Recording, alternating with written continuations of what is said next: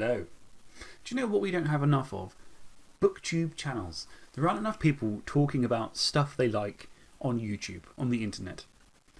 I realised this and I thought, blimey, there needs to be more people talking about stuff they like online. So don't worry, here I am. I'm here to sip coffee and talk books. And today's mug looks like this. This is a damn fine mug. It's actually massive as well. And it holds a lot of good stuff. So, Alright. What am I reading at the moment? Well, this here is one of the books of the Malazan Book of the Fallen. This is number, I want to say it's number 9. I haven't got to this one yet because, thankfully, is this sacrilegious?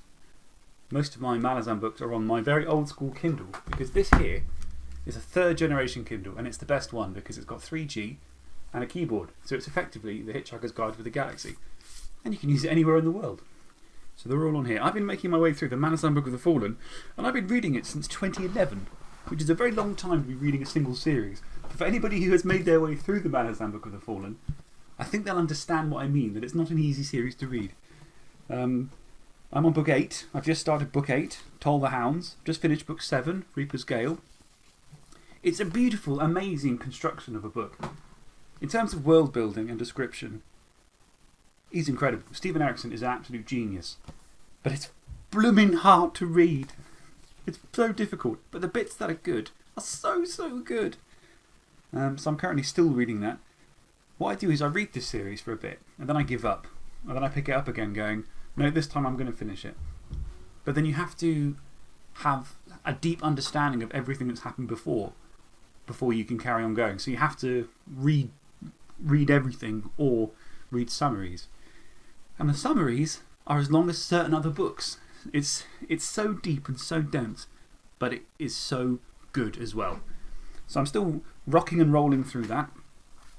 I anticipate I'll be doing it for another 10 years. But I'm getting closer than I've ever got now. So that's good. Only 2 more to go. Well, 3. 8, 9 and 10. So yeah, Malazan Book of the Fallen. Still going on that. On Toll the Hounds. So yeah, if anyone has read Malazan Book of the Fallen, let me know if I'm not alone. You know how it is. It's fantastic, but there's a lot of... It's not very easy. It's very tricky.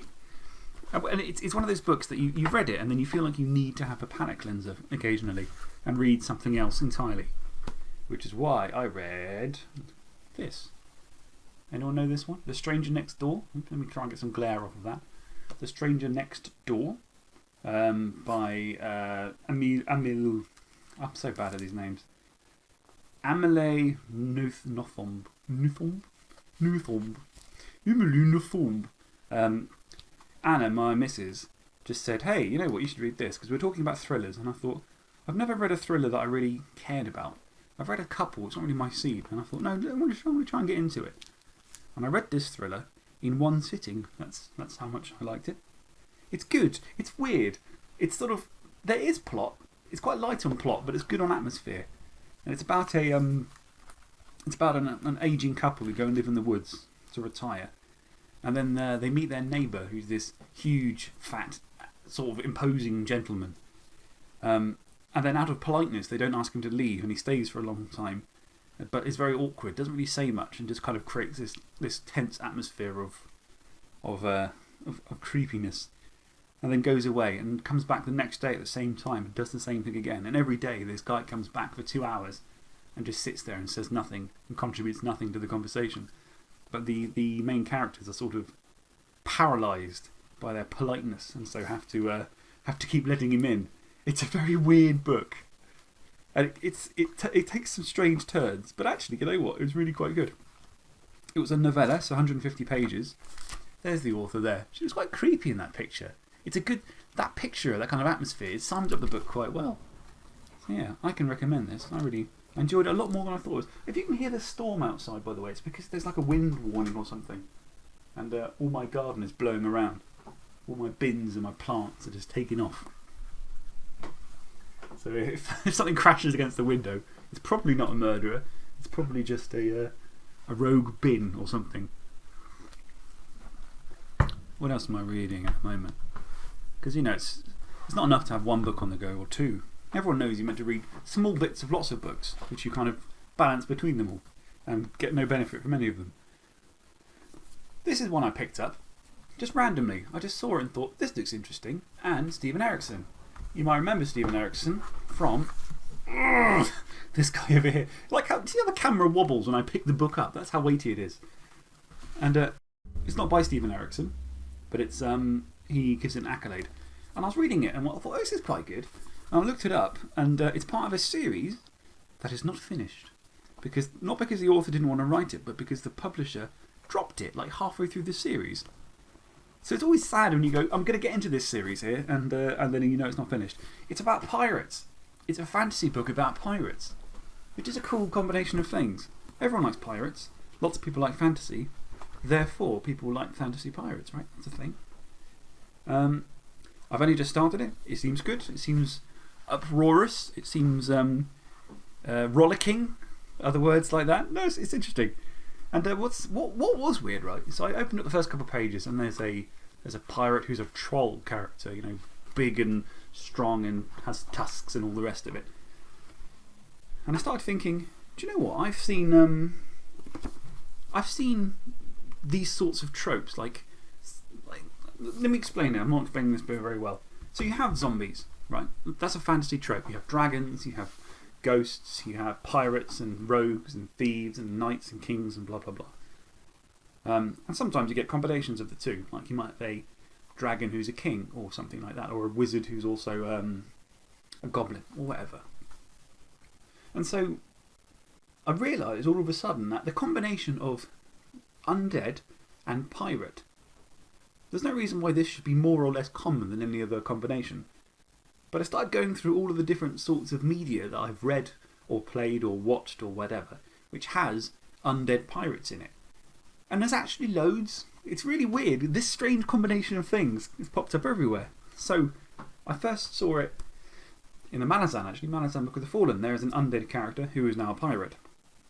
In the Warhammer series, there's a whole faction called the Vampire Coast, who are all vampire pirates. There is, of course, the Pirates of the Caribbean, who are all undead pirates as well. What else was there? There were some other ones. In Magic the Gathering, there was a whole set whose name I can't remember. It had dinosaurs and it had vampire pirates in it. The whole concept of Davy Jones' Locker, I suppose, is vampire. Maybe that's where it comes from, undead pirates.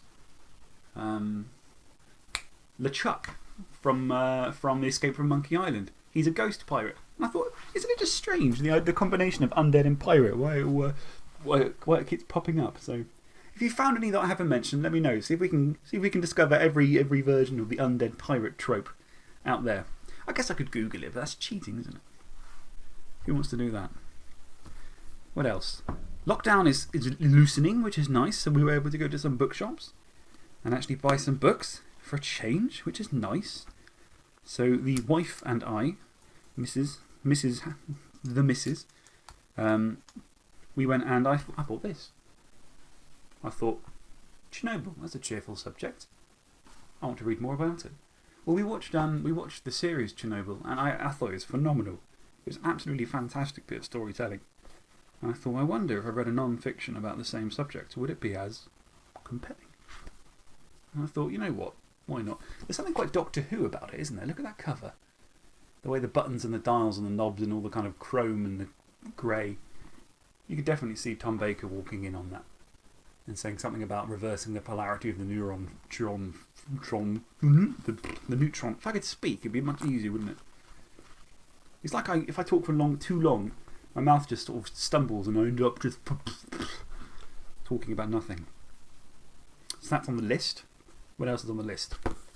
This book here, The Discomfort of Evening. I'm part of a book club, an online book club in Cardiff. I don't live in Cardiff. I wish I lived in Cardiff. I live in Newport, which is like Cardiff, but worse in every way, unfortunately. It has its charms, but anyway. So, book club in Cardiff, and this is the book on the list for this week.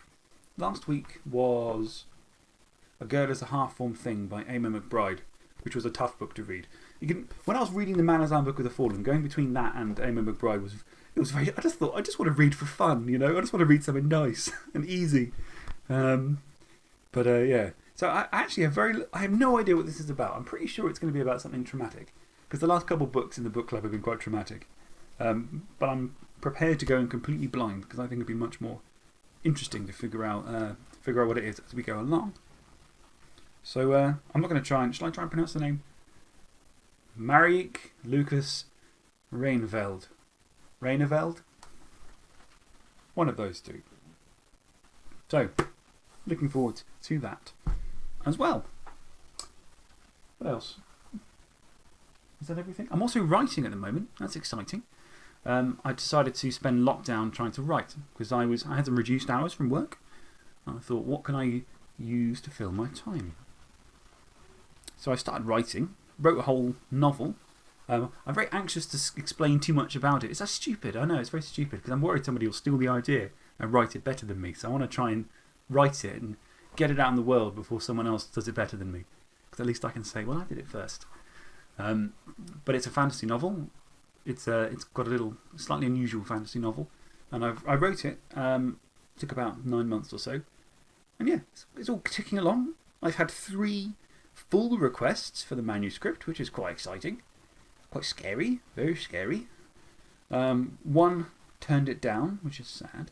That's the saddest one. I mean, you get used. Rejection is just a thing. If you want to be a writer, you have to get rejected.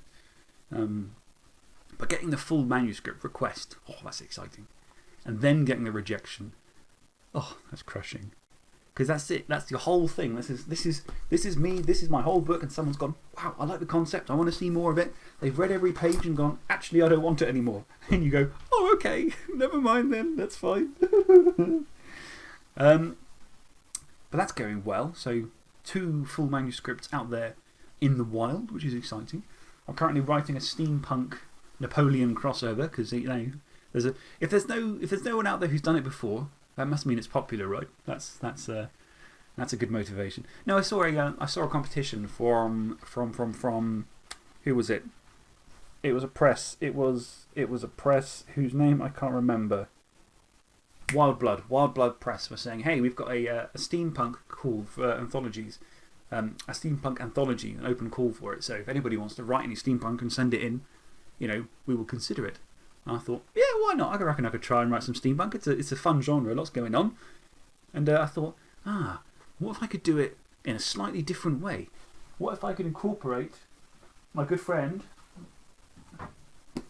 Richard Sharp and make it Napoleonic? Because steam was a thing in Napoleon's time, sort of a bit, but not quite. And so I decided to try and write that. And it's going quite well, actually. I've got the bare bones of it, and I'm just finishing like the last little bits. So yeah, steampunk Napoleon. There may or may not be jetpacks. There may or may not be a tank. There may or may not be warships with wheels. Oh, it's very silly, but a lot of fun. And I'm considering, in the final scene, having Napoleon himself turn up in a big steam-powered mech suit, like at the end of Alien. I'm very, very close to putting that in because it's very much take brain out and just enjoy the spectacle, sort of a short story. But yeah, about 8,500 words in so far. The 10,000 is the limit. So yeah, having lots of fun with that, actually. Yeah. It could be a bit of fun. What else? Been clearing out the attic. We've got to pack all these up soon. I'm moving house soon, you see. And you know what? It's when you go through all the beautiful arrangements, trying to get all the colours. Look at this lovely rainbow. It's difficult to find what you want unless you know the colour of the spine. And then what happens is, I don't know if you can see, you get, when you get new books and you can't fit them in anywhere, you have to just sort of shove them on the top. But yeah, I had to sort out all the attic recently. Looking forward to clearing out all these books, I suppose, packing them all up. Everyone that's packing up books. And then we can unpack them into a lovely rainbow again. I guess I could pack them by colour, couldn't I? This is a shelf, this is the box of white books, this is the box of black books. Actually, that's a really good idea. Thanks, BookTube, for giving me the inspiration. Okay. That's more or less it. Thanks for watching. I'll be back at some point to talk more about books. Maybe in a week. Or I could do it in a week. Bye. Thanks again. Bye.